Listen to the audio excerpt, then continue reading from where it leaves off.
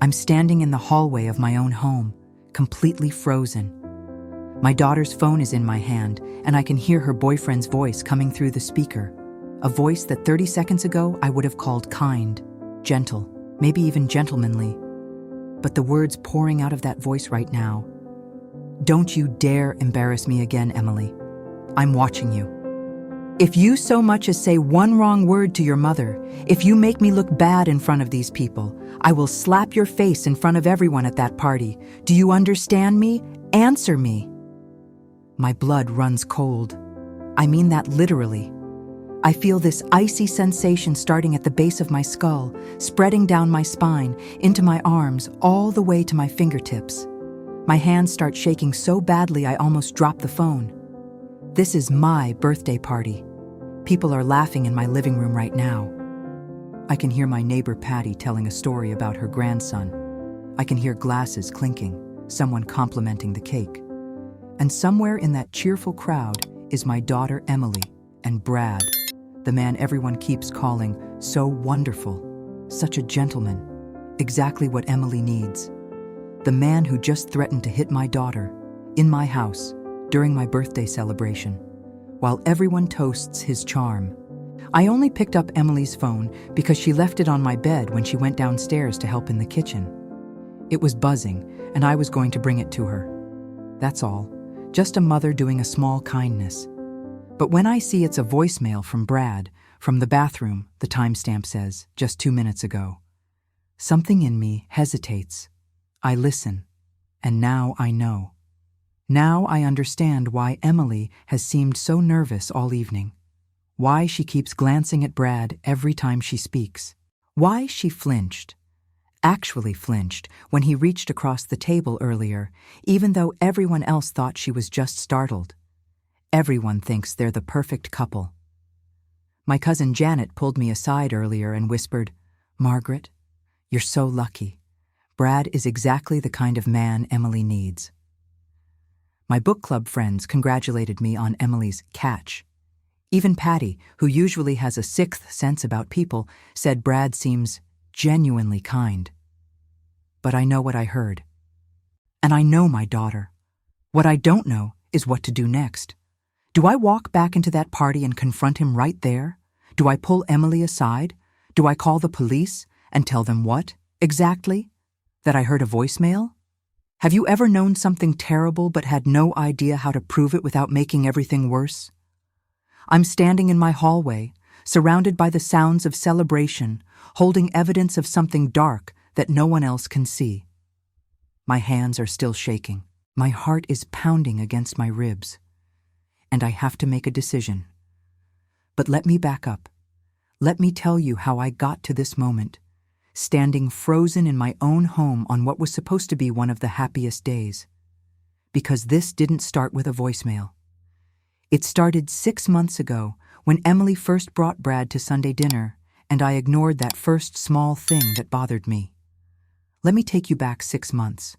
Back to when I thought my biggest concern was what to do with all my free time now that I was retired. My name is Margaret Ellen Clark. I'm 67 years old, and I spent 37 years teaching second grade at Oakwood Elementary. I know every child's book ever written. I can spot a lie from across a classroom. And I truly thought, I knew how to read people. I lost my husband David to pancreatic cancer 2 years ago. He went fast, 6 weeks from diagnosis to funeral. Sometimes I'm still grateful it was quick, that he didn't suffer long. Other times, I'm angry we didn't get more time to say goodbye. After David died, I grieved. Hard. I stayed in our house, the house where we'd raised Emily, where David's garden still blooms every spring. It's a 4-bedroom colonial in a quiet suburb of Cincinnati, fully paid off, worth about $450,000, according to the property assessments that keep showing up in my mailbox. I have David's life insurance, my teacher's pension, and a modest savings account. I'm comfortable, independent, or at least I was. Emily worried about me after her father died. She's my only child, 38 years old, a social worker who helps families in crisis. The irony of that isn't lost on me now. She called me every single day. She came by every Sunday for dinner without fail. We'd sit in the kitchen making pot roast, David's favorite, and she'd tell me about her week while I pretended not to cry into the mashed potatoes. Emily's been single since her divorce 5 years ago. Her ex-husband Tom wanted to backpack through Southeast Asia while she wanted to build a life here. They split amicably, stayed friends, moved on. Since then, Emily threw herself into her career. I worried sometimes that she was lonely, that she'd given up on finding someone. So when she called me 6 months ago, her voice bright with excitement, saying she'd met someone, I was thrilled. "Mom, his name is Brad," she said.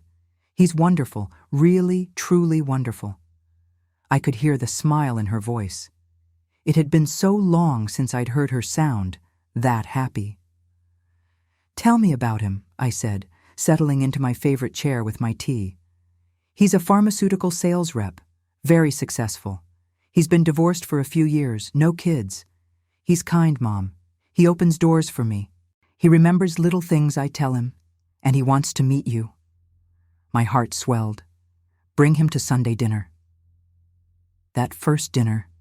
God, I remember it so clearly now, though I didn't pay nearly enough attention then. Brad arrived with flowers, beautiful roses, expensive ones. He was handsome in that well-groomed way, wearing a crisp button-down shirt and nice jeans. He called me Mrs. Clark until I insisted on Margaret. He complimented the house, admired David's photographs on the mantel, asked thoughtful questions about my teaching career. Everything seemed perfect, almost too perfect. We were sitting at the dinner table, and I'd just served the pot roast when Emily's phone rang. She glanced at the screen, smiled apologetically, and reached to silence it. But Brad's hand shot out and grabbed her wrist. Not hard, not violently, just firm.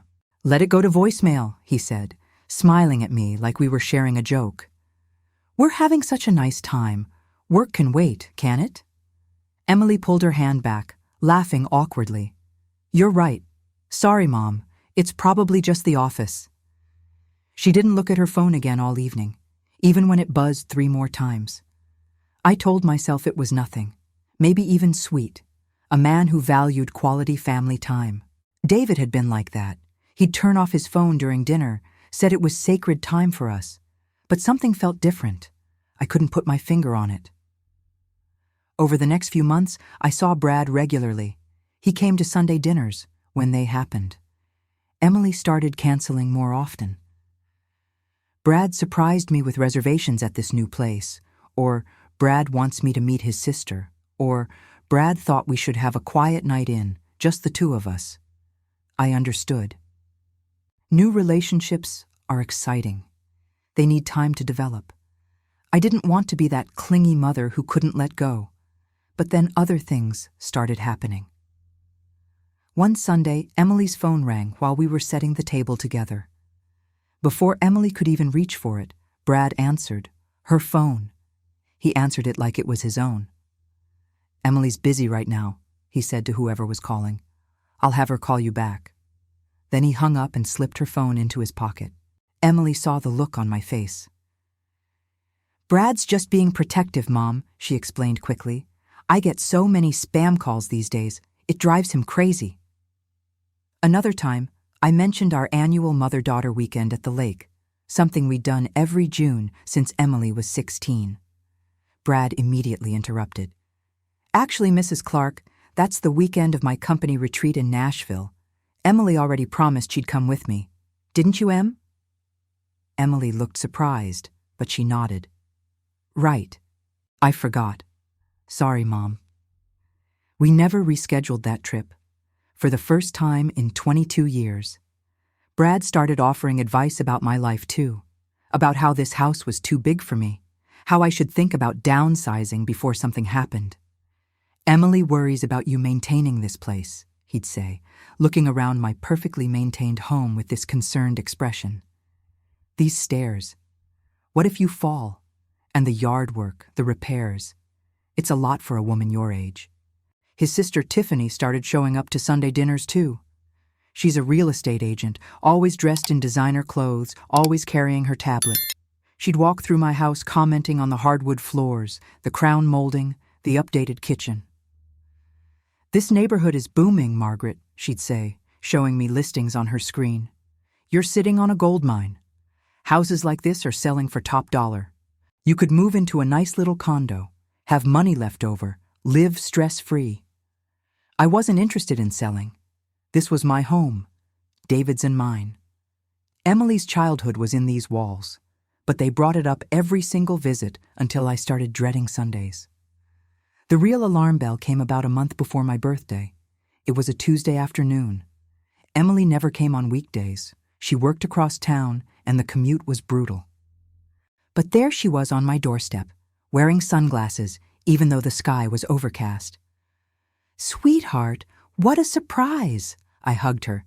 "Come in. I just made lemonade." She came inside but kept the sunglasses on. We sat in the kitchen making small talk, but something was wrong. Her laugh sounded forced. She kept pulling her sleeves down over her hands. Her leg bounced constantly under the table. "Emily," I said finally, "take off those sunglasses. It's dark in here." She hesitated. Then slowly, reluctantly, she removed them. There was a bruise under her left eye, yellowish green, like it was a few days old. My stomach dropped. "What happened?" "Oh, this?" She touched it lightly, not meeting my eyes. "So clumsy." I walked right into our kitchen cabinet door. Brad felt terrible about it. He'd left it open after getting a glass. I'd been a teacher for 37 years. I'd seen every kind of childhood lie, every excuse, every attempt to hide something painful. I knew the difference between truth and performance. This was performance. "Emily, Mom, please, it's nothing. I'm fine, really." She stood up abruptly. "I actually have to go. Brad's expecting me home. He's making dinner." "But you just got here." "I know, I'm sorry. I just wanted to see you." She kissed my cheek quickly and was out the door before I could say anything else. I stood at my kitchen window watching her drive away, and I felt something I hadn't felt in a long time. Fear. That night, I couldn't sleep. I kept seeing that bruise, hearing the tremor in her voice, remembering Brad's hand on her wrist that first dinner, how he'd controlled her phone, how our plans kept getting canceled. When Patty came over the next morning for our weekly coffee, I told her everything. Patty Chen has been my neighbor for 15 years. She's 62, a retired nurse who's seen just about everything the world can throw at people. She listened to me carefully, her face getting more serious with every detail. "Margaret," she said when I finished, "those are warning signs." "But Brad seems so nice," I argued, even though I didn't believe it anymore. "Everyone likes him. I could be wrong. I could be seeing problems that aren't there." "Or," Patty said quietly, "you could be right. And if you're right, Emily needs you to trust your instincts, not dismiss them." She was right. I knew she was right. That's when I decided. I needed to find out who Brad really was, not the charming man he presented at Sunday dinners. The real Brad. The one who left bruises on my daughter's face and controlled her life while everyone applauded his devotion. I didn't know yet how dangerous that decision would be. I didn't know I was about to discover something so much worse than I imagined. But I knew one thing with absolute certainty. I wasn't going to stand by and watch my daughter disappear. Once I decided to actually look, really look, I started seeing things I'd been excusing or missing entirely. It started with a notebook, just a simple spiral notebook I kept in my kitchen drawer. I began writing down dates, times, and details, every canceled plan, every strange comment, every time Brad answered Emily's phone or spoke for her. I felt ridiculous doing it, like some paranoid old woman creating problems that didn't exist. But Patty insisted it was smart. "Document everything," she told me over coffee. "If you're wrong, you delete the notes and apologize to yourself. If you're right, you'll need every detail when Emily's ready to hear the truth." 2 weeks after I saw Emily's bruise, I invited them both to Sunday dinner again. Emily said yes immediately, sounding relieved, like she'd been worried I was pulling away.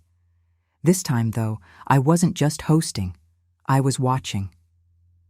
Brad arrived first. Emily was still in my bathroom. "Freshening up," she said. He immediately started walking through my house like he owned it, picking up picture frames, examining my furniture with this appraising look.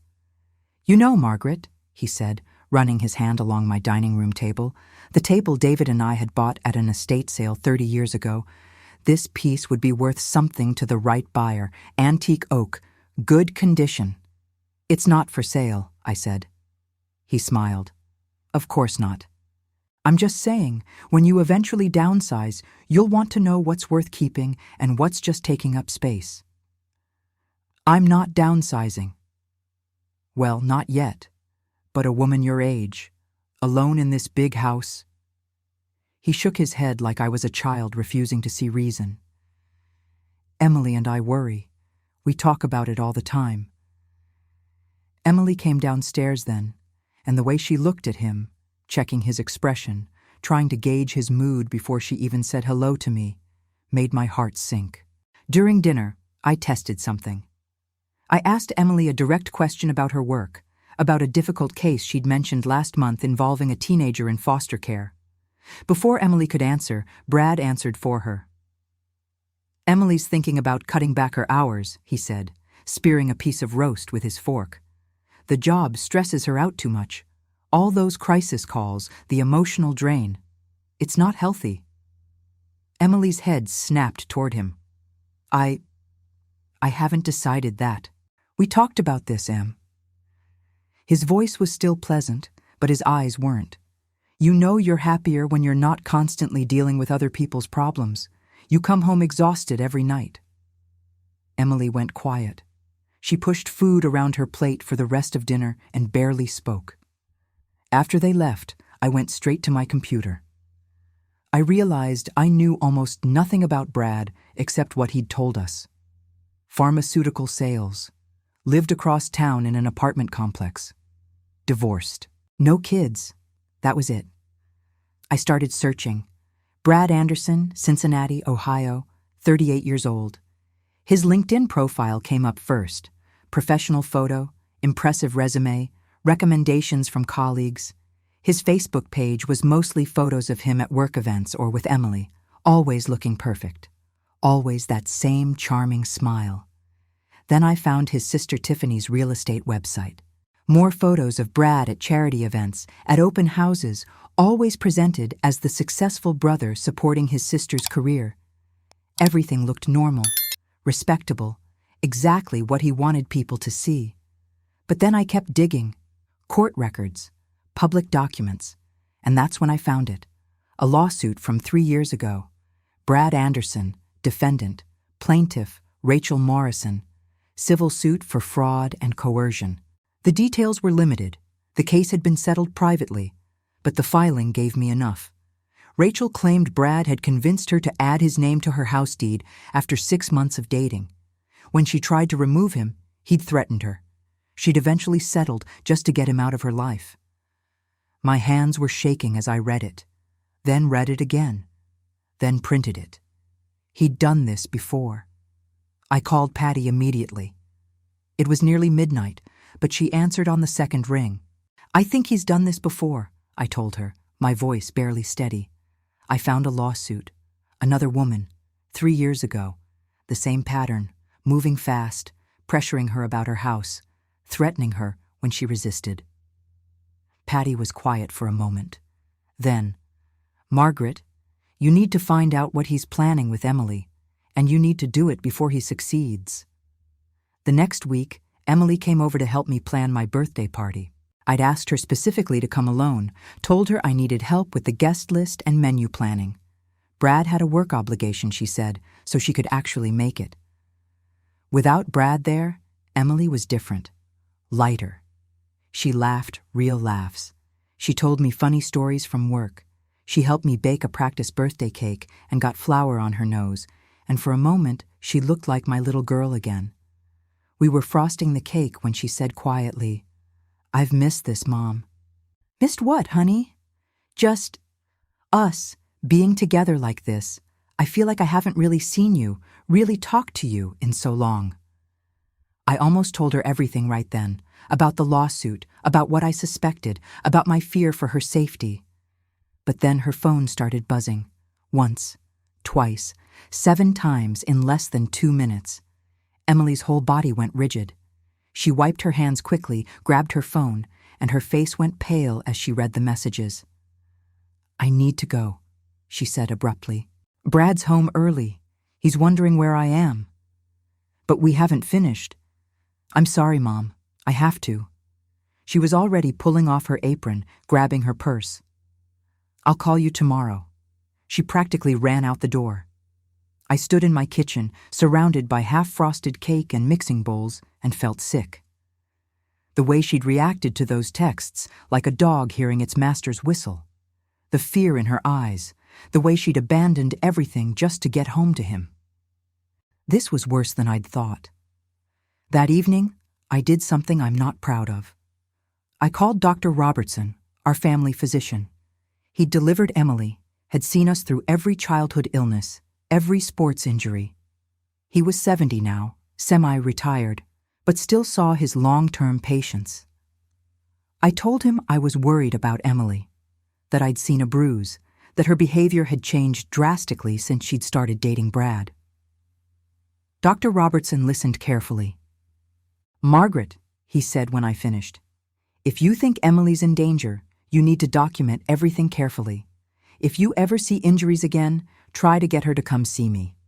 I'll document everything properly, take photos, write detailed notes.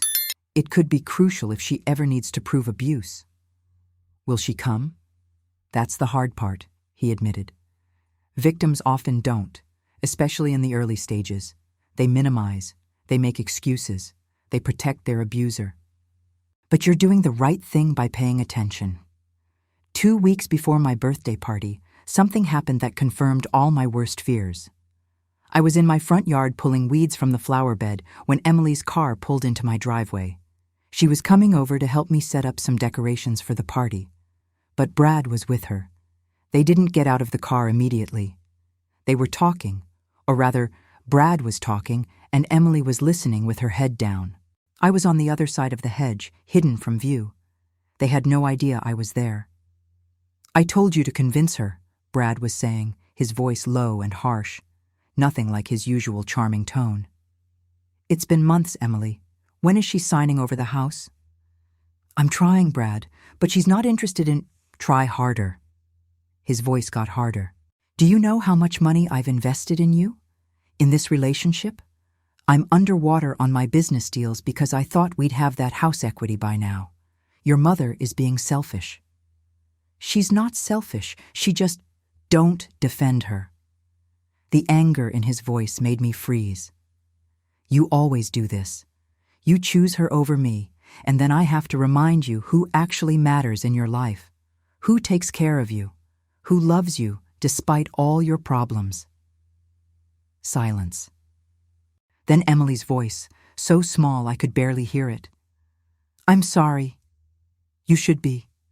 And you'd better fix this at the party tomorrow. Everyone will be there, all her friends, all those neighbors who think I'm so wonderful. You're going to smile, you're going to laugh, you're going to make me look good, and you're going to work on your mother. I want her signature on those deed transfer papers by the end of the month. Do you understand?" "Yes." "And Emily?" His voice dropped even lower. "Lose the attitude. I can see it on your face right now. You get that look, like I'm the bad guy here. If you embarrass me at that party, if you say one wrong thing, there will be consequences. Do you understand me?" I couldn't hear her response. A minute later, they got out of the car, all smiles, and walked toward my front door like nothing had happened. I stayed crouched behind the hedge, my heart racing, my hands gripping the garden trowel so hard my knuckles were white. I waited until they were inside before I stood up on shaking legs. I'd heard it. All of it. The threats, the financial manipulation, the plan to pressure me into signing over my house, the warning about consequences if Emily didn't comply. But I'd heard it, not recorded it. It was my word against his. And Brad was so good at being charming, so skilled at making people believe his version of reality. I needed more. I needed something undeniable. That night, I called Patty and told her everything. We made a plan for the party. She would position herself where she could watch Brad and Emily's interactions. I would engage with guests, but keep a careful eye on both of them. If we saw anything at all, that showed Brad's controlling behavior, we'd document it. Photos, videos, witnesses. "This is good," Patty said. "You're building a case. When Emily's ready to leave, and she will be, Margaret, you'll have everything she needs." "What if she's never ready?" I whispered. "What if he's broken her too much?" "Then you wait for your moment," Patty said firmly. "And when it comes, you act. You're her mother. You don't give up." I spent the night before my party setting up decorations with hands that wouldn't stop shaking. Balloons, streamers, a beautiful cake from the bakery Emily and I had always loved. Everything looked cheerful and festive, but I felt like I was preparing for battle. I put Emily's favorite flowers in a vase on the mantel. I hung photos of us throughout the years, Emily as a baby in my arms, Emily graduating high school, Emily and David laughing at her college graduation. Reminders of who we were before Brad, who we could be again if I could just find a way to save her. I didn't sleep that night. I kept thinking about what I'd overheard, about Brad's voice, so cold, so different from his public persona, about Emily's quiet acceptance of his demands, about the consequences he'd promised if she stepped out of line. The party was set for 2 o'clock the next afternoon. At 1:30, I was putting on lipstick when my phone rang. Emily. "Hi, Mom. We're on our way. Brad just wanted me to let you know we're bringing that expensive wine he picked out. He's really excited about your party." Her voice sounded strained, rehearsed. "That's wonderful, honey," I said, trying to sound normal. "I can't wait to see you." When I hung up, I looked at myself in the mirror. 67 years old. Gray hair I'd stopped coloring after David died. Lines around my eyes from decades of smiling at children. I looked like somebody's grandmother, harmless, unassuming. Brad had no idea what he was dealing with. I went downstairs to wait, my house filled with guests, my cousin Janet, my book club friends, neighbors from the street. Patty, stationed strategically near the kitchen where she could see everything. Everyone brought food and gifts and good wishes, and at 2:15, Brad and Emily arrived. He was carrying a bottle of wine and that perfect smile. She looked beautiful but nervous, her eyes darting around like she was checking escape routes. For the first hour, everything went exactly as Brad had planned. He charmed everyone. He told amusing stories about his work. He kept his arm around Emily, and everyone commented on what a lovely couple they made. "You must be so happy for them, Margaret," Janet gushed. I smiled and nodded and felt sick. Then, around 3:30, Brad excused himself to use the bathroom. The moment he disappeared down the hallway, Emily pulled out her phone. Her hands were shaking as she scrolled through messages, her face getting paler with each one. She started typing frantically, deleting and retyping, her whole body tense. 2 minutes later, Brad emerged from the bathroom. He looked at Emily. She looked at him. Some silent communication passed between them, and Emily immediately put her phone away and headed toward the kitchen. Patty tried to intercept Brad with a question about his job, keeping him occupied. Emily slipped past everyone and went upstairs. 5 minutes passed, then 10. Emily didn't come back down. I excused myself from the conversation I was pretending to have and went upstairs to check on her. My bedroom door was open, but Emily wasn't there. Her phone was, though, sitting on my bed. She'd left it behind, and it was buzzing with a new voicemail notification from Brad, sent from the downstairs bathroom 3 minutes ago. My hand moved before my brain could stop it. I picked up the phone. I knew Emily's passcode, her birthday, which she'd told me years ago when she needed me to check a message while she was driving. I opened the voicemail. I listened. And everything I'd suspected, everything I'd feared, became horrifyingly real. His voice came through the phone speaker, clear as day, cold, controlled. Nothing like the charming Brad downstairs making everyone laugh.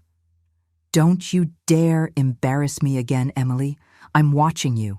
If you so much as say one wrong word to your mother, if you make me look bad in front of these people, I will slap your face in front of everyone at that party. Do you understand me? Answer me."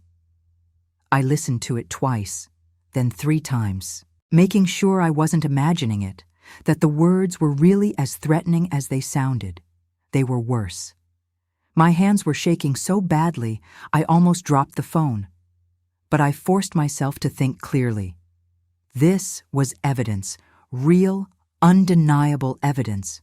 I needed to preserve it. I quickly forwarded the voicemail to my own phone. Then I called the only person I could think of who might actually be able to help. Detective Sarah Morrison, the domestic violence specialist the police had connected me with when I'd called the non-emergency line 2 weeks ago. I'd saved her number, hoping I'd never need it. She answered on the second ring. "Detective Morrison. This is Margaret Clark. We spoke a couple weeks ago about my daughter. I have evidence now, a recording. He threatened to hit her, at my house, during my birthday party, with dozens of people downstairs. Where are you right now?" Her voice was instantly alert, professional. "In my bedroom. Emily's hiding somewhere, probably the bathroom. He's downstairs with everyone else, pretending to be perfect." "I need you to listen carefully, Margaret. Do not confront him. Do not let him know you heard that message. Is your daughter safe right now?" "She's in the house somewhere. I think she's hiding from him." "Okay, here's what we're going to do. I'm sending 2 officers to your location. They'll park outside, out of sight. You need to get Emily alone somewhere private, not in front of everyone, and tell her you know. Tell her you have proof. Tell her you can help her leave right now, today if she's willing. Can you do that?" My heart was pounding. "Yes." "Margaret, this is important. It has to be Emily's choice to leave. We can't force her. But you might have just saved your daughter's life by finding that recording. Men like Brad escalate. The fact that he's willing to threaten her in a house full of people tells me he's losing control. That's when they become most dangerous." I felt cold all over. "I'll find her. We'll be there in 10 minutes. Call me if anything changes." I hung up and stood there for a moment, trying to steady my breathing. Downstairs I could hear Brad's voice telling some story, everyone laughing. He had no idea what I'd just discovered. I found Emily in the hallway bathroom, sitting on the floor with her knees pulled to her chest, mascara streaking down her face. "Sweetheart," I said softly, closing the door behind me. "I heard the voicemail. I know what he's been doing to you, and I can help you leave right now if you'll let me." Emily looked up at me, and for the first time in months, I saw my real daughter behind all that fear. "Mom," she whispered, "I'm so scared." "I know, baby, but you're not alone anymore. There are police outside right now. A detective who specializes in domestic violence. They can protect you. But Emily, you have to decide. Do you want to leave him?" She started crying harder. "If I leave, he'll make my life hell. He knows where I work. He knows all my friends. He's already isolated me from everyone. And what if nobody believes me? Everyone thinks he's wonderful." "I have his voice on recording threatening to assault you," I said firmly. "That's evidence. And honey, I found something else. He did this before, to another woman 3 years ago. There was a lawsuit. He has a pattern of targeting women, moving fast, trying to get access to their assets, becoming threatening when they resist. You're not crazy. You're not overreacting. He's dangerous." Emily stared at me. "There was someone else?" "Yes, and she'll testify if we need her to." "Emily, I've been documenting everything for weeks. I have dates, times, incidents. I have the financial evidence of him controlling your accounts. I have photos of that bruise you told me was from a cabinet. Dr. Robertson will examine you and document any injuries. We have a case, a real case, but only if you're ready to fight." She was quiet for a long moment. I could hear the party continuing downstairs.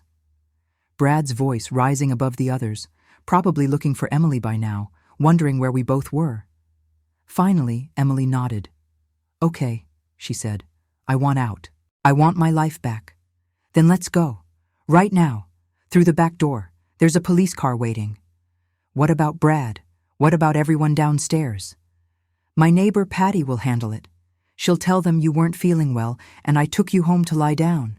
By the time Brad figures out what's happening, you'll be safe. Come on." I helped Emily stand. We slipped down the back staircase, the one that led to the kitchen. Patty saw us and nodded once. She immediately walked into the living room and announced loudly, "Who wants more cake?" While everyone's attention was on her, Emily and I went out the back door. Detective Morrison was waiting at the end of my driveway in an unmarked car. She got out when she saw us. "Emily," she said gently, "I'm Detective Sarah Morrison. Your mother called me. You're safe now, but I need to know, do you want to file a report against Brad Anderson?" Emily looked at me, then back at Detective Morrison. "He'll say I'm lying." "I have the voicemail," I said, holding up my phone. "His own voice threatening you. That's evidence, Emily. Real evidence." Detective Morrison nodded. "And with your mother's documentation, your testimony, and that recording, we can get an emergency protective order today. He'll be legally required to stay away from you. We can also investigate the financial abuse. Your mother mentioned missing money from your accounts." $3,000, Emily whispered. "I thought I was going crazy. He said I never had it, that I was misremembering. He has access to all my accounts."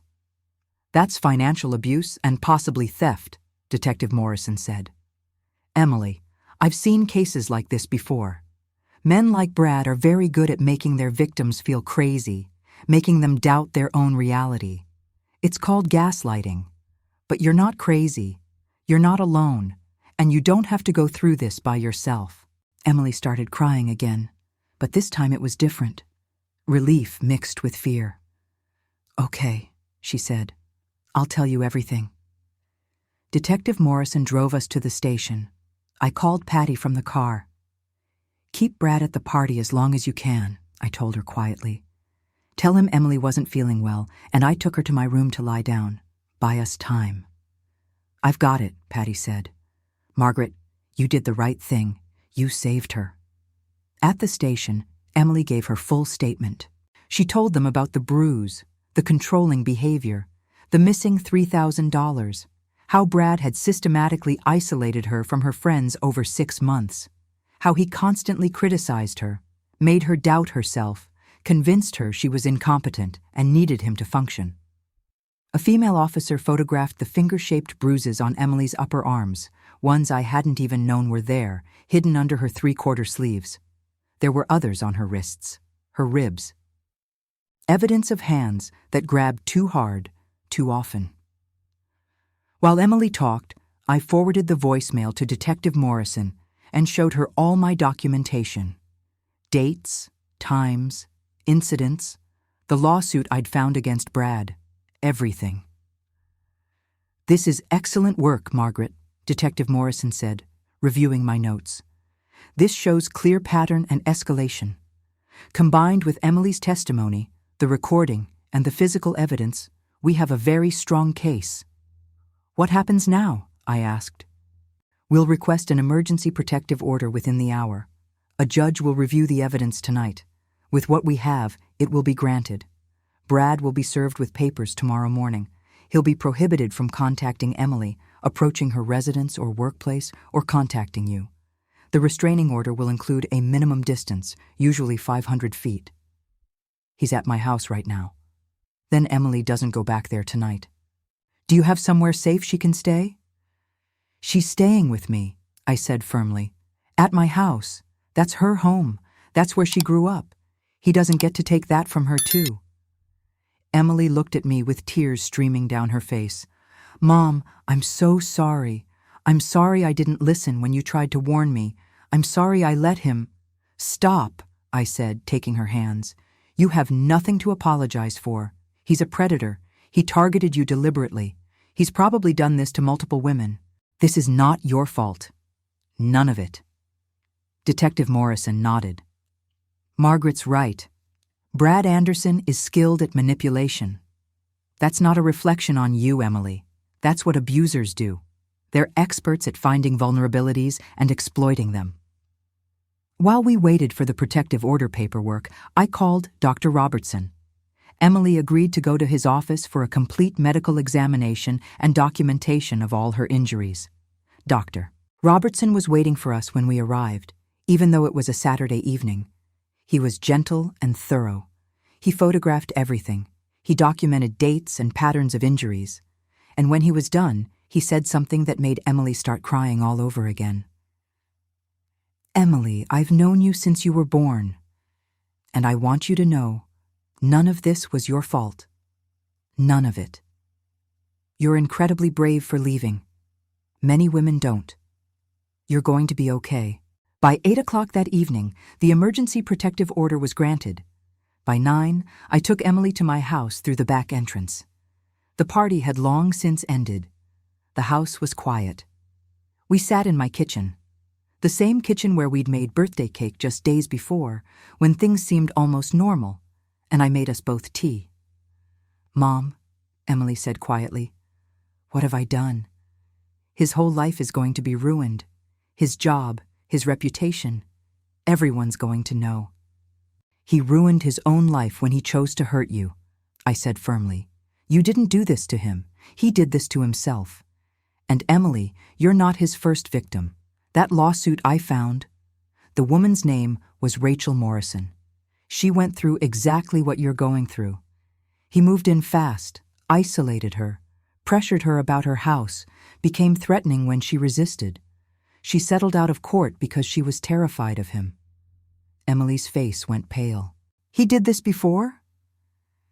Detective Morrison is reaching out to her. She might be willing to testify if this goes to trial, which means you're not alone. And you're probably not going to be the last woman who comes forward once people know what he is. I thought he loved me, Emily whispered. I know, honey. That's what he wanted you to think. That's how men like Brad operate. They don't look like monsters. They look like gentlemen. Until you're trapped. That night, Emily slept in her childhood bedroom, the one I'd kept exactly as she'd left it when she moved out years ago.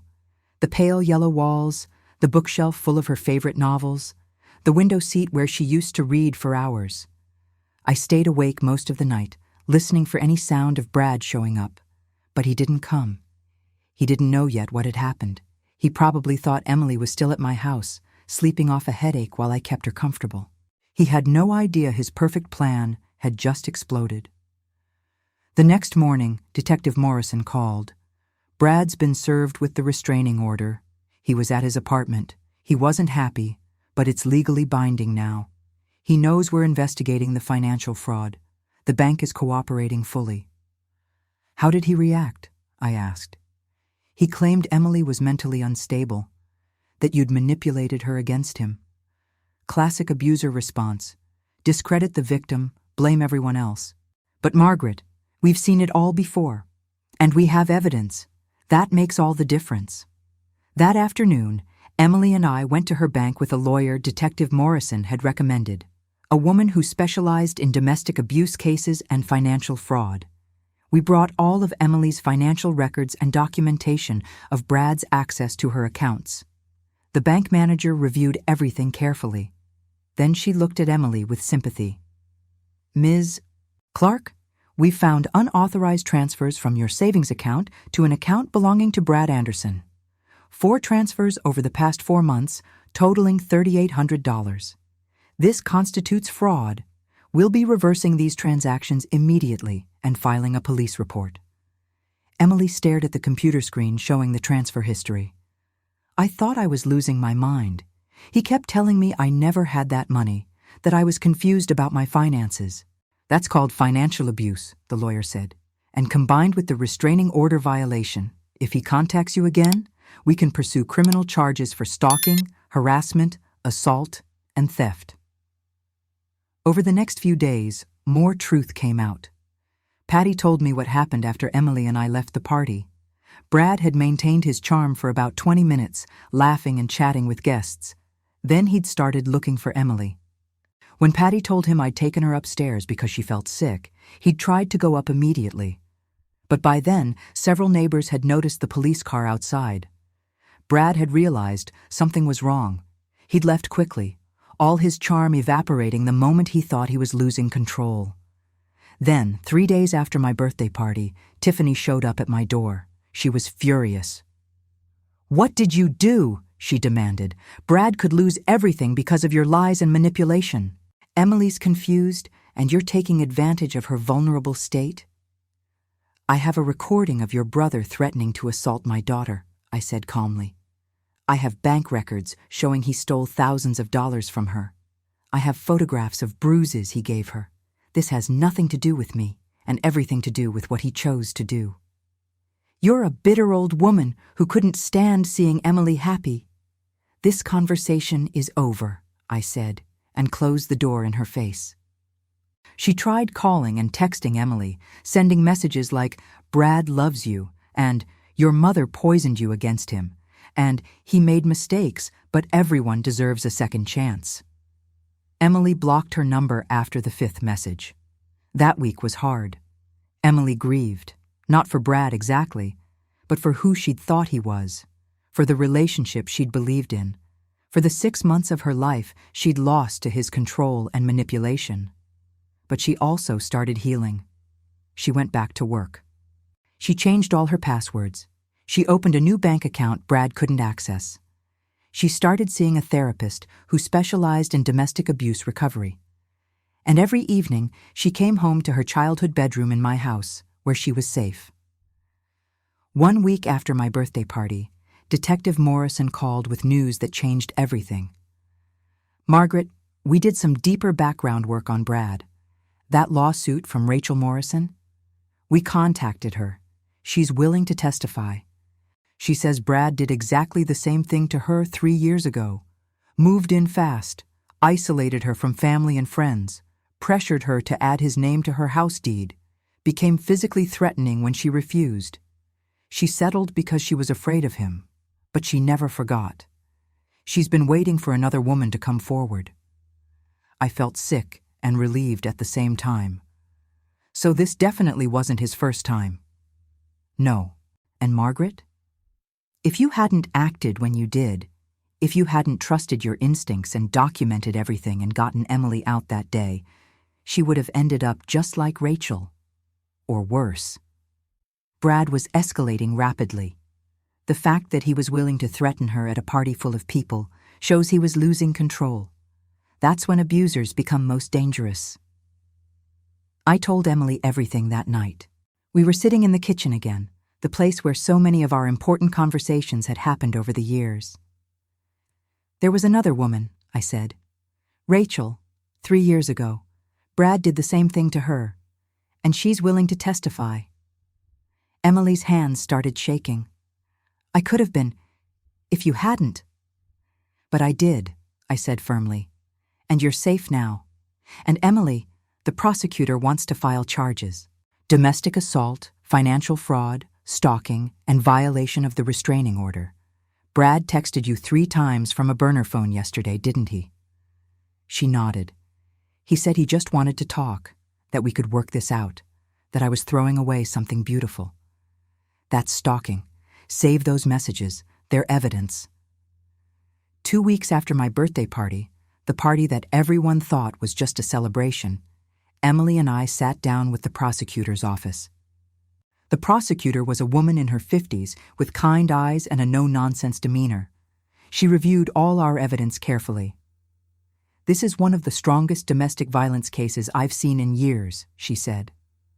"We have the victim's testimony, physical evidence, financial records, the threatening voicemail, documentation from a credible witness. That's you, Margaret, medical records, and a previous victim willing to testify to pattern behavior. Ms. Clark, if you're willing to testify, we're prepared to file charges that could put Brad Anderson in prison." Emily looked at me, then back at the prosecutor. Her voice was steady when she answered. "Yes," she said. "I'm ready. I'll testify. He needs to be stopped before he does this to someone else. And I knew, watching my daughter sitting up straight and speaking clearly for the first time in months, that she was going to be okay. We both were. The preliminary hearing was scheduled for 2 weeks after we filed charges. Our lawyer, Catherine Myers, prepared us for what to expect. Brad's attorney will try to paint Emily as unstable, she said during our prep meeting. They'll claim the relationship was mutual, that there was no abuse, just a breakup she's handling badly. They'll point to Brad's clean record, his respectable job, his standing in the community. This won't be easy. But we have evidence, I said.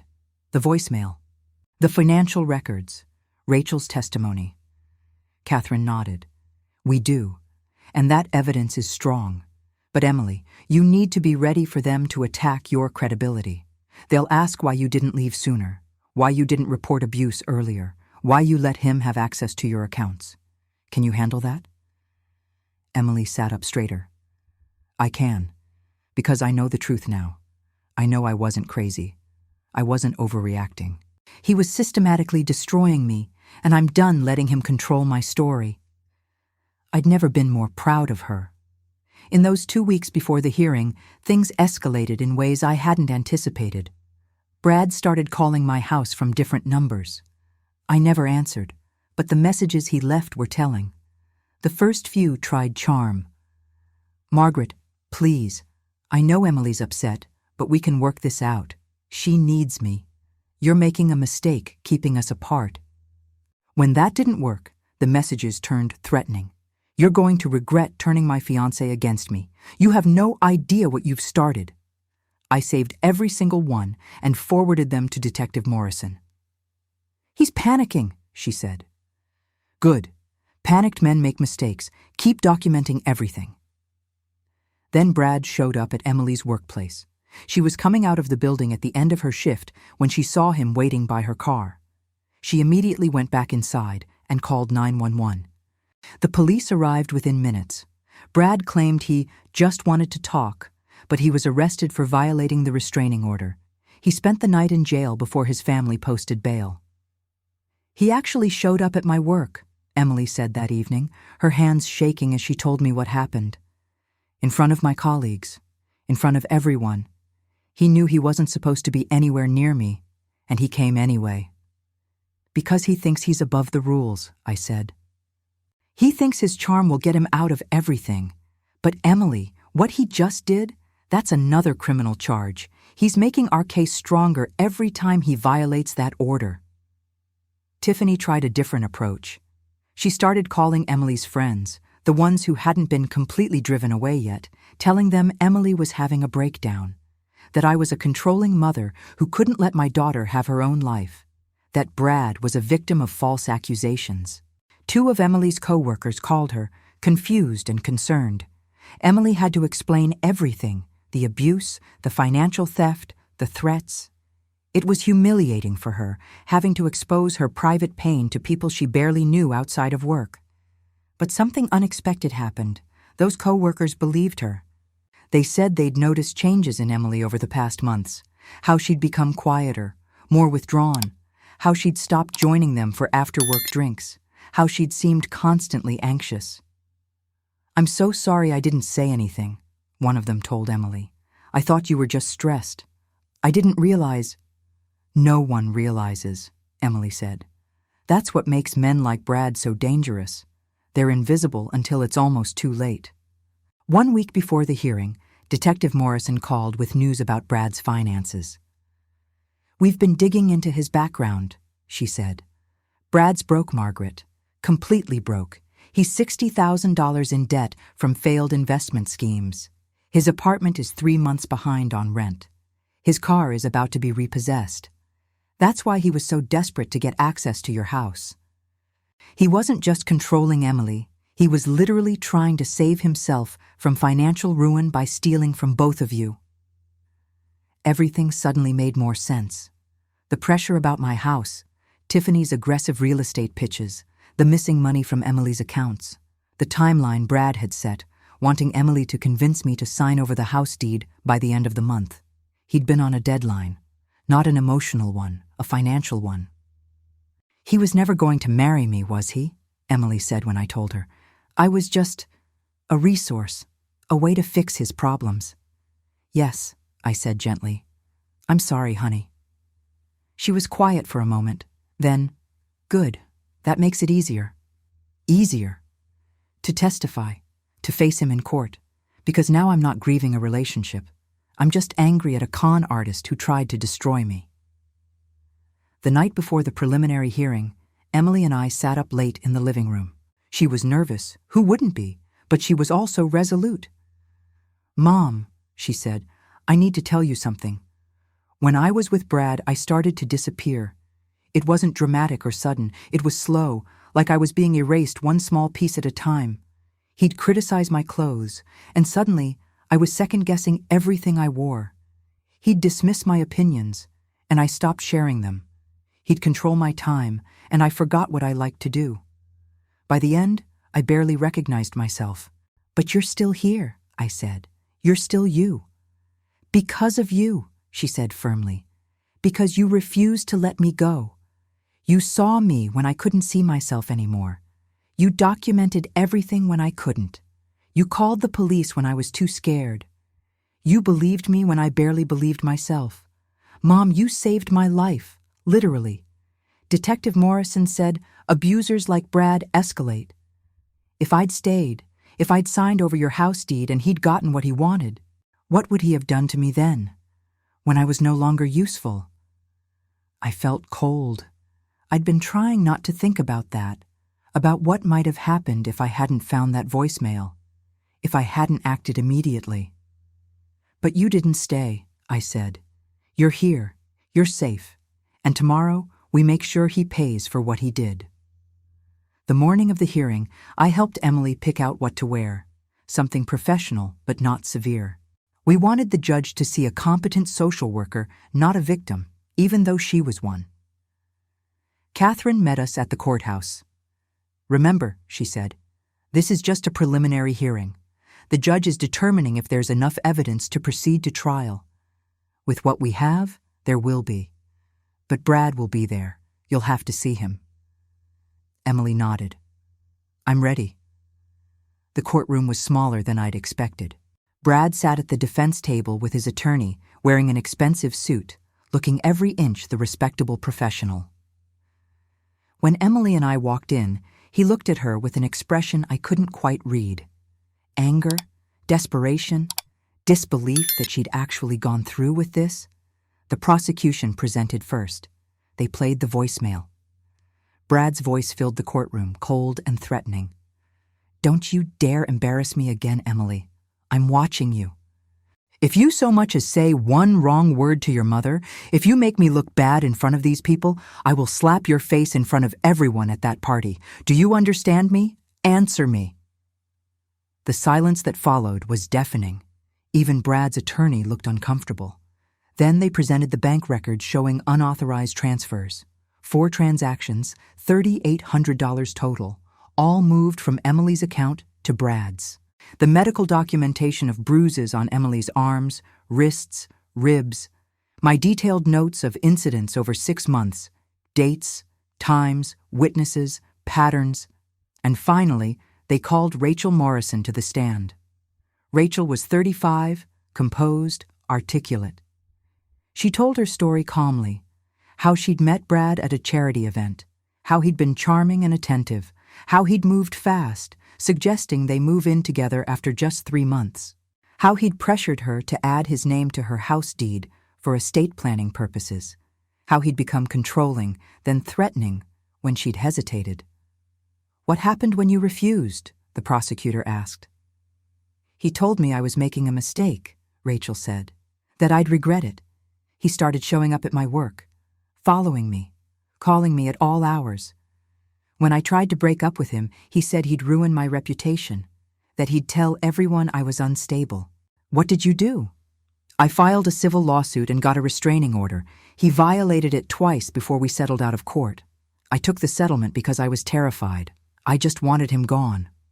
And did he leave you alone after the settlement? Yes, because he'd found someone else to target. Rachel looked directly at Emily. I'm sorry I didn't do more. I should have pressed criminal charges. Maybe I could have prevented what happened to you. Brad's attorney tried to discredit her during cross-examination. But you settled your case and signed an NDA, didn't you? I settled the financial aspects, Rachel said steadily. The NDA covered monetary details, not the abuse itself. And even if it did, I'd violate it to prevent another woman from going through what I did. When it was Brad's attorney's turn, he tried the expected tactics. He questioned why Emily had waited so long to report anything, why she'd given Brad access to her bank accounts if she didn't trust him, why there were photos of them smiling together on social media if he was really abusive. Emily answered each question calmly. I waited because he convinced me I was the problem. I gave him access because he'd made me doubt my ability to manage my own finances. We smiled for photos because he demanded perfection in public. That's what abusers do. They show one face to the world and another behind closed doors. The judge listened to everything carefully. When both sides had presented, he looked at Brad for a long moment. Mr. Anderson, he said, based on the evidence presented today, including your recorded threat to assault Ms. Clark, documented financial fraud, testimony from 2 alleged victims, and your willful violation of a protective order resulting in your arrest, I find probable cause to proceed to trial on all charges. You will remain subject to the restraining order. Bail is increased to $50,000 given your demonstrated unwillingness to comply with court orders. Brad's face went white. His family posted the increased bail that afternoon, but the damage was done. The judge had called his bluff. The charges were real. The trial was happening. As we left the courthouse, a reporter stopped us. News of the case had spread, a well-liked pharmaceutical sales rep charged with domestic abuse and fraud. Ms. Clark, the reporter asked Emily, what would you say to other women in similar situations? Emily paused, thinking. Then she said clearly, I'd tell them that what feels like love might actually be control. That charming in public doesn't mean safe in private. That if someone makes you feel crazy, small, or scared, that's not love. That's abuse. And you deserve better. We all do. That interview ran on the local news.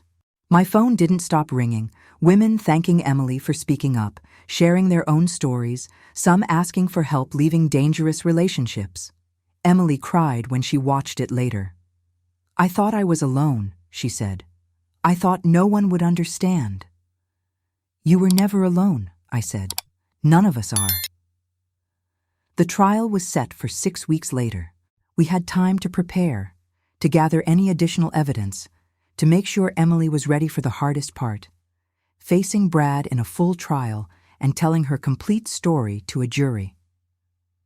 But that night, sitting in my kitchen with tea and the weight of what we'd accomplished, Emily said something that told me she was going to be fine.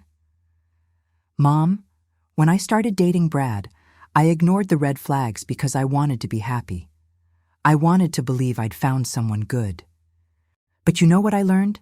Happiness isn't worth ignoring your instincts. Safety isn't negotiable.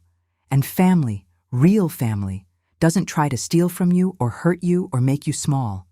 Real family does what you did. They pay attention. They don't give up. They save you even when you don't think you need saving. I reached across the table and took her hand. You would have done the same for me. I will, she said. Always. And I believed her. The trial began on a Tuesday morning in late September, 6 weeks after the preliminary hearing. The courtroom was packed, more people than I'd expected. Some of Emily's co-workers had come to support her. Patty was there, sitting right behind us. Even Dr. Robertson had taken time off to be present. And on the other side, Brad sat with his attorney, his family behind him. His mother kept glaring at Emily like she was the villain in this story. Tiffany refused to even look in our direction. The jury was seated. 8 women, 4 men, ranging from their 30s to their 60s. I studied their faces, trying to guess what they were thinking, whether they'd believe Emily or whether Brad's charm would work its magic one more time. Catherine had prepared us thoroughly. The prosecution will present evidence first, she'd explained. They'll build the case piece by piece. Then Emily will testify. That's when it gets hard. Brad's attorney will cross-examine her, and he won't be gentle. But remember, the evidence speaks for itself. The voicemail, the financial records, Rachel's testimony, the medical documentation, it's overwhelming. The prosecutor, David Chen, was a methodical man in his early 40s who specialized in domestic violence cases. He started his opening statement by playing the voicemail. Right there, first thing. He wanted the jury to hear Brad's voice before they heard anything else. "Don't you dare embarrass me again, Emily. I'm watching you. If you so much as say one wrong word to your mother, if you make me look bad in front of these people, I will slap your face in front of everyone at that party. Do you understand me? Answer me."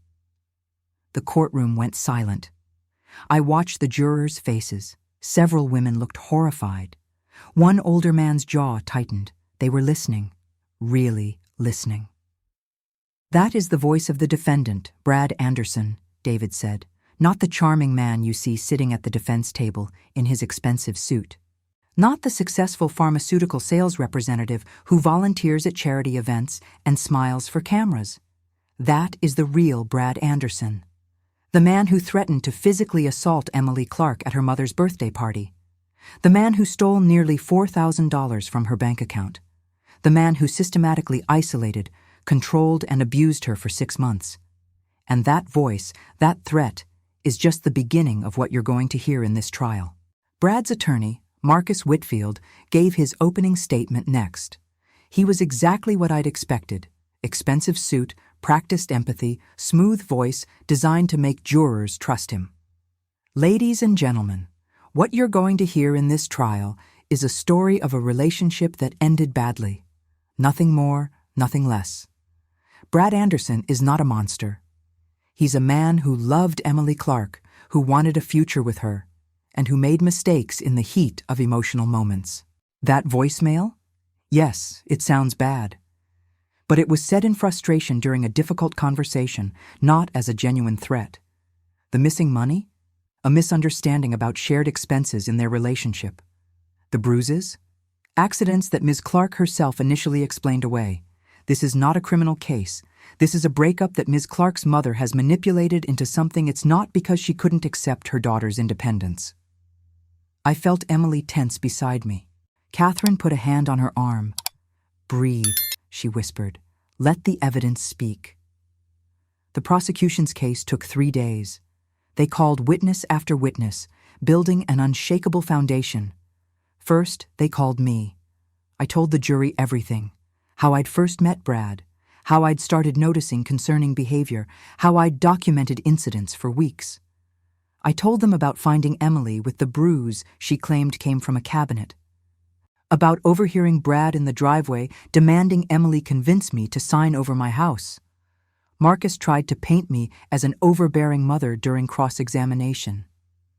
"Isn't it true, Mrs. Clark, that you never approved of your daughter dating anyone after her divorce? That you wanted her to stay single and dependent on you?" "No," I said firmly. "I wanted Emily to be happy. I want her to be happy now. What I didn't want was to watch my daughter being destroyed by a man who saw her as a resource to exploit." Next, they called Detective Morrison. She walked the jury through her investigation. The initial call from me, the evidence we'd gathered, the emergency protective order, Brad's subsequent violations. She testified about the pattern she'd seen in cases like this, how abusers escalate, how they isolate their victims. "In my 15 years specializing in domestic violence," she said, "I've seen this exact pattern dozens of times.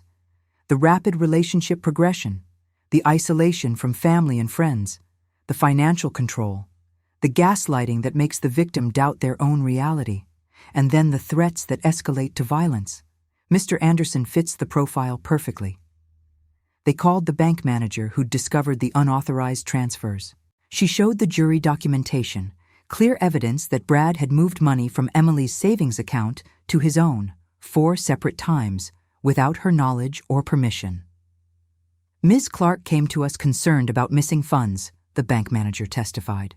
When we investigated, we found these transfers. The account belonged to Brad Anderson.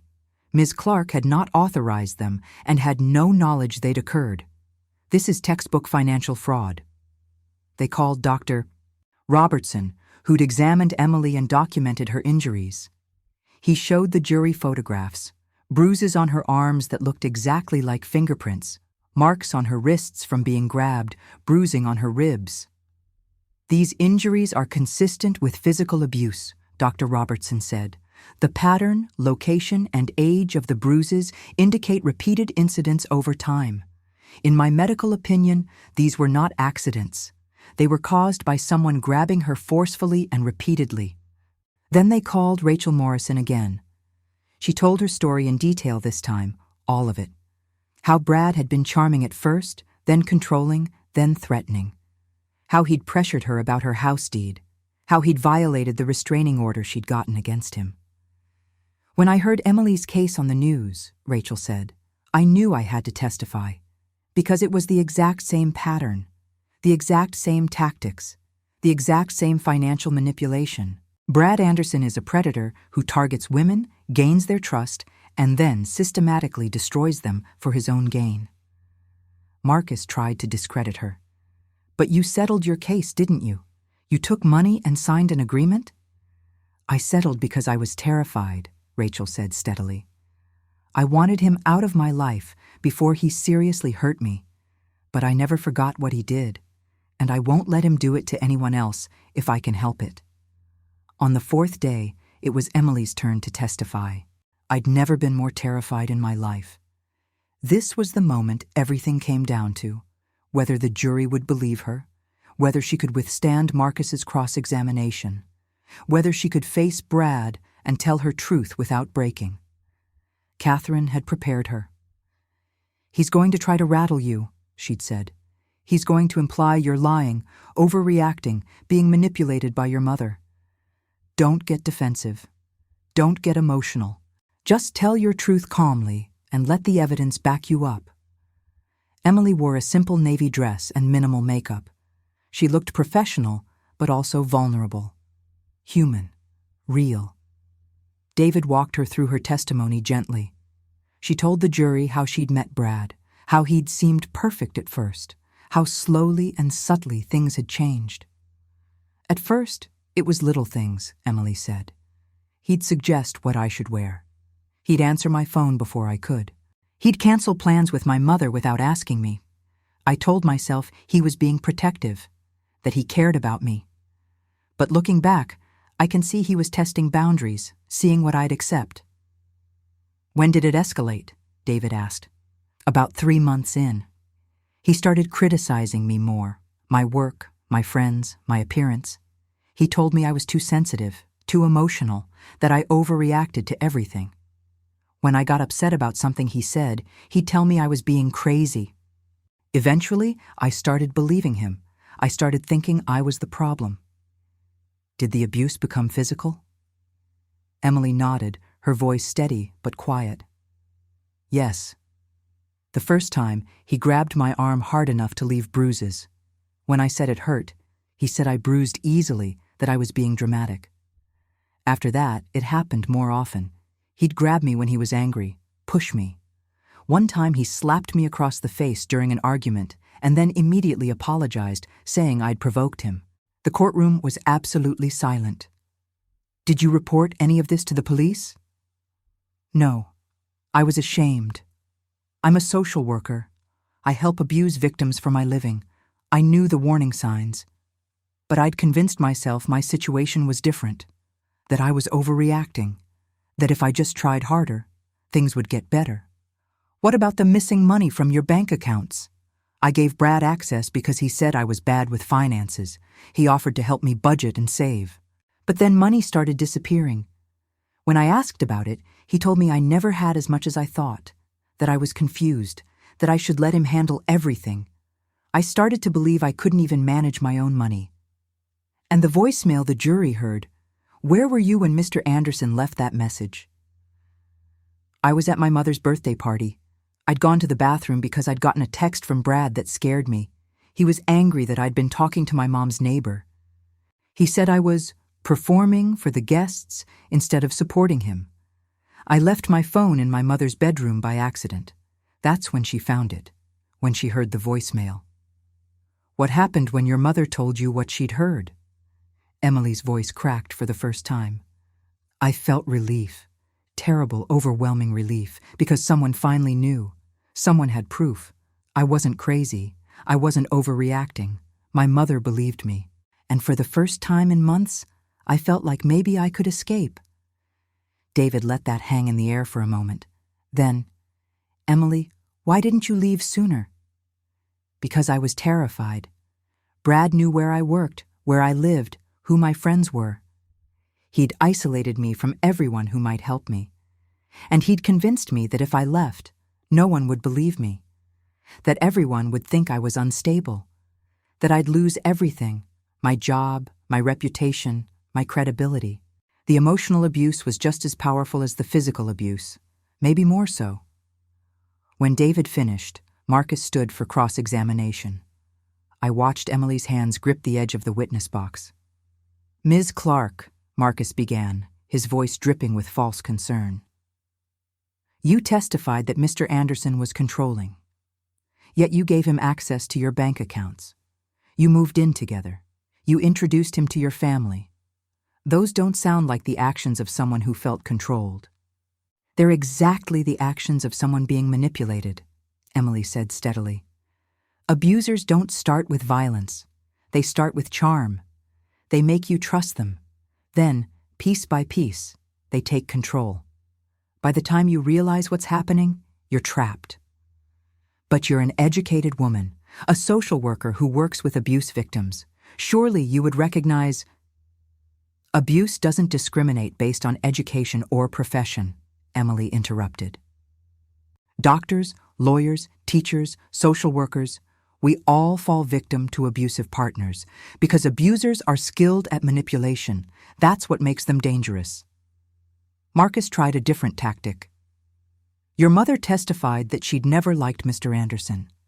Isn't it possible she influenced your perception of the relationship? That she convinced you normal relationship conflicts were actually abuse? My mother saved my life, Emily said firmly. She saw what I couldn't see. She documented what I was too afraid to acknowledge. She gave me the courage and evidence I needed to escape. If she hadn't paid attention, if she hadn't acted, I don't know if I'd still be alive. That's rather dramatic, don't you think? No, it's realistic. Detective Morrison testified that abusers like Brad escalate, that they become most dangerous when they're losing control. Brad was threatening to hit me at a party full of people. What would he have done in private once he'd gotten access to my mother's house? Once I was no longer useful to him?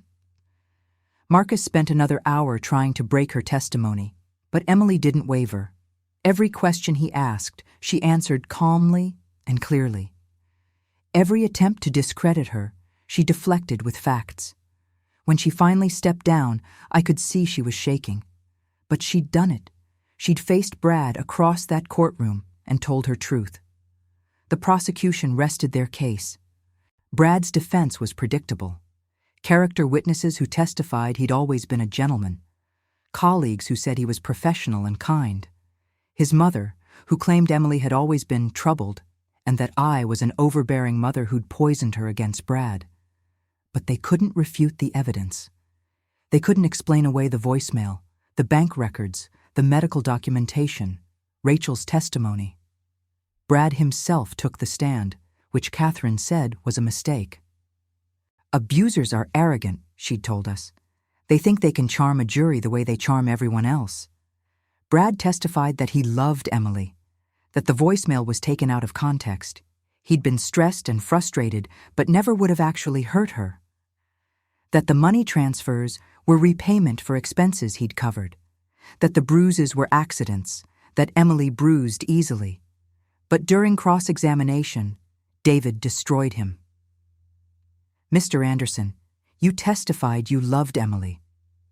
Yet you told her she was crazy, incompetent, too emotional. Is that love? I was trying to help her. By stealing $4,000 from her account? Those weren't unauthorized. The bank determined they were. You moved money without her knowledge or consent. That's theft, not expense sharing. She knew. She testified she didn't. Dr. Robertson testified her bruises were consistent with repeated physical abuse. Are you calling them liars? Brad's composure started cracking. His voice got harder. Emily was unstable. She needed help. I was trying to... To what? Control her? Isolate her? Steal from her? Threaten to assault her in a room full of witnesses? I never would have actually... So it was just a threat? Just words meant to terrify her into compliance? Brad realized his mistake too late. I was frustrated. You were violent. You were abusive. And when Ms. Clark tried to escape, you violated the restraining order twice, because you couldn't accept that you'd lost control. By the time Brad stepped down, the jury had seen the real him. The mask had slipped just for a moment, but it was enough. Closing arguments took half a day. David summarized the evidence. Overwhelming, undeniable, devastating. Marcus tried to paint Brad as a flawed man who'd made mistakes but wasn't a criminal. The jury deliberated for 4 hours. When they came back, my heart was pounding so hard I thought everyone could hear it. Emily's hand was ice cold in mine. On the charge of domestic assault in the first degree, how do you find the defendant? Guilty. On the charge of financial fraud? Guilty. On the charge of stalking? Guilty. On the charge of violation of protective order? Guilty. All 4 charges. Guilty on every single one. Brad's face went blank. His mother started crying. Tiffany stared straight ahead like she couldn't process what was happening. Emily collapsed against me, sobbing. Not sad tears. Relief tears. Justice tears. The judge set sentencing for 2 weeks later. Brad was remanded to custody immediately. No more bail.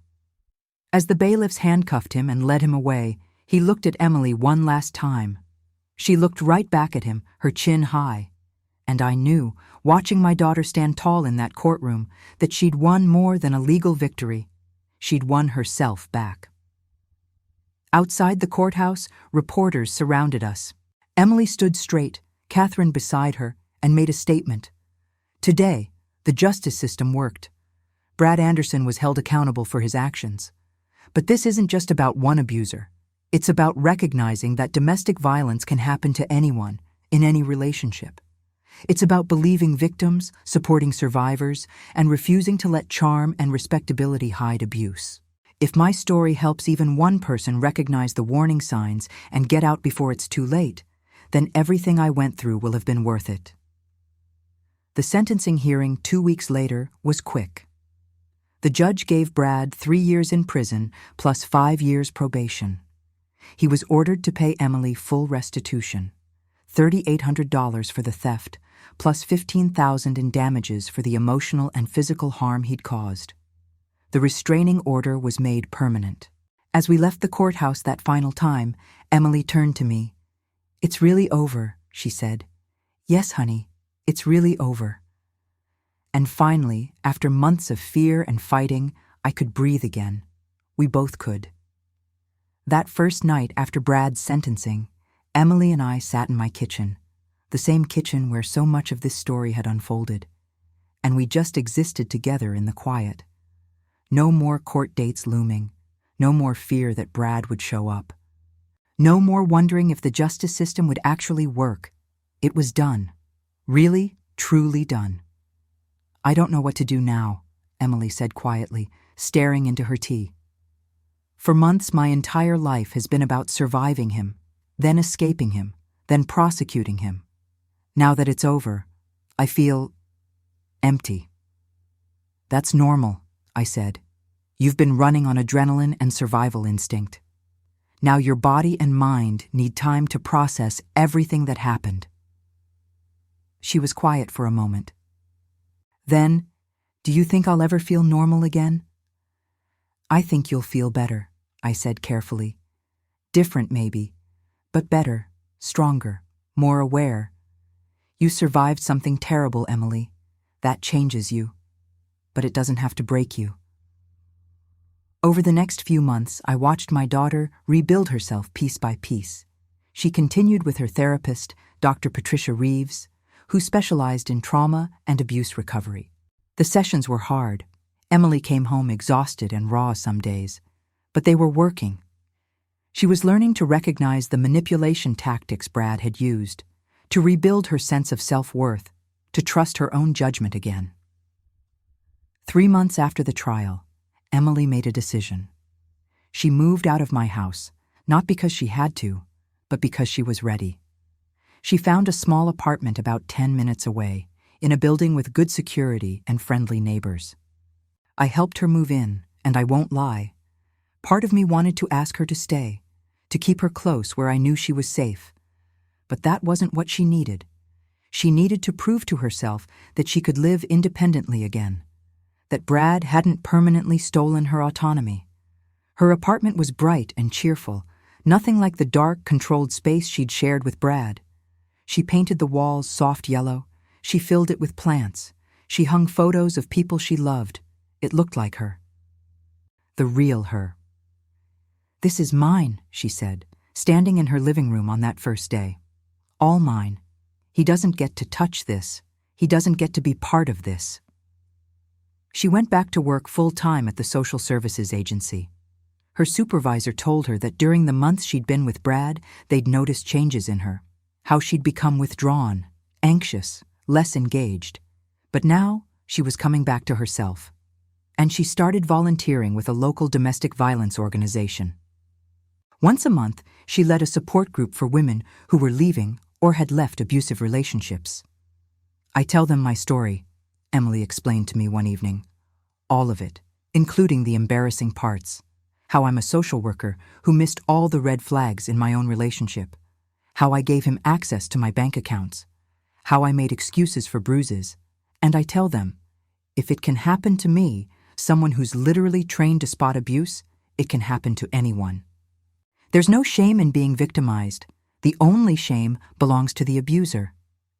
She was helping people, saving them maybe, the way I'd saved her. 6 months after the trial, Emily called me excited. "Mom, I have news. 3 more women have come forward about Brad. They saw my interview after the trial and realized they'd experienced similar things with him. The prosecutor thinks there might be enough for additional charges." My stomach churned. 3 more women. How many had there been over the years? How many had stayed silent because they thought no one would believe them? "That's because of you," I said. "You speaking up gave them permission to speak up too." "No," Emily said firmly. "It's because of us. You, me, Rachel, Detective Morrison, Catherine, Dr. Robertson, Patty, everyone who refused to look away. That's what stops men like Brad, not just one person. A whole community refusing to enable abuse. As for Brad, I heard updates through Emily's lawyer. He served 18 months before being released on parole. He lost his pharmaceutical sales job. The company fired him immediately after the conviction. His professional reputation was destroyed. No one in the industry would hire him. Last I heard, he was living with his mother, working at a warehouse, required to attend anger management and domestic violence prevention classes as a condition of his parole. The permanent restraining order meant he couldn't come within 500 feet of Emily or me. His life didn't end. But it looked nothing like the life he'd tried to build by exploiting vulnerable women. Tiffany lost her real estate license temporarily for ethics violations related to her involvement in Brad's scheme to pressure me about my house. She had to rebuild her career from scratch in a different field. I don't feel sorry for either of them. They made their choices. They hurt people deliberately. Consequences aren't cruelty, they're accountability. As for me, I'm doing well. Better than well, actually. I still live in my house, the house Brad wanted so desperately to steal. But I've made changes. I updated the security system. I planted new flowers in David's garden. I turned Emily's old bedroom into a craft room where I make quilts for the domestic violence shelter. I see Emily at least twice a week, sometimes for dinner, sometimes just for coffee.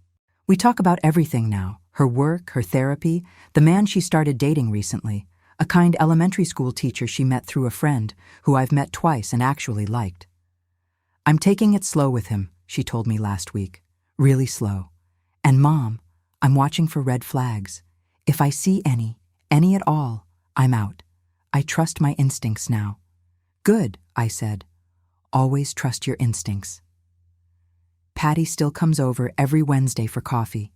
We've become even closer through all of this. She tells me I did the right thing, that I saved Emily's life. I tell her she helped save Emily's life by believing me when I had nothing but suspicions. "That's what neighbors do," she says. "We pay attention. We don't look away." I'm 68 now. I've lived through the death of my husband, the near destruction of my daughter, and a legal battle I never imagined I'd have to fight. But I'm stronger than I've ever been. Not because of what Brad did to us, but because of what we did for ourselves. Emily and I didn't just survive, we fought back. We gathered evidence, we involved professionals, we prosecuted, we won. And that's what I want you to take away from this story. If you see something wrong with your child, your friend, your neighbor, anyone you care about, don't look away. Don't make excuses. Don't assume you're overreacting or imagining things. Pay attention. Document what you see. Trust your instincts. Involve professionals. Be the person who refuses to enable abuse through silence. Evil wins when good people look away. When we prioritize being polite over being protective. When we assume someone else will handle it. I could have told myself Brad was fine, that Emily was happy, that I was just a worried mother seeing problems that didn't exist. But I didn't. I looked closer. I trusted my gut. I acted. And my daughter is alive and healing because of it. So if you're watching this and something about your own life or someone else's life doesn't feel right, please don't ignore it. You might be the only person who notices, and that might be the difference between tragedy and survival. Thank you for staying with me through this whole story. If it resonated with you, please share it. You never know who might need to hear it. And if you're going through something similar right now, please know you're not alone. You're not crazy. You deserve safety and peace and a life free from fear. Drop a comment below and tell me where you're watching from. And if you've been through something like this, or if you've helped someone escape an abusive situation, I'd love to hear your story. Sometimes just knowing we're not alone makes all the difference. Take care of yourselves and each other. And remember, sometimes the most powerful thing you can do is simply pay attention. God bless you all.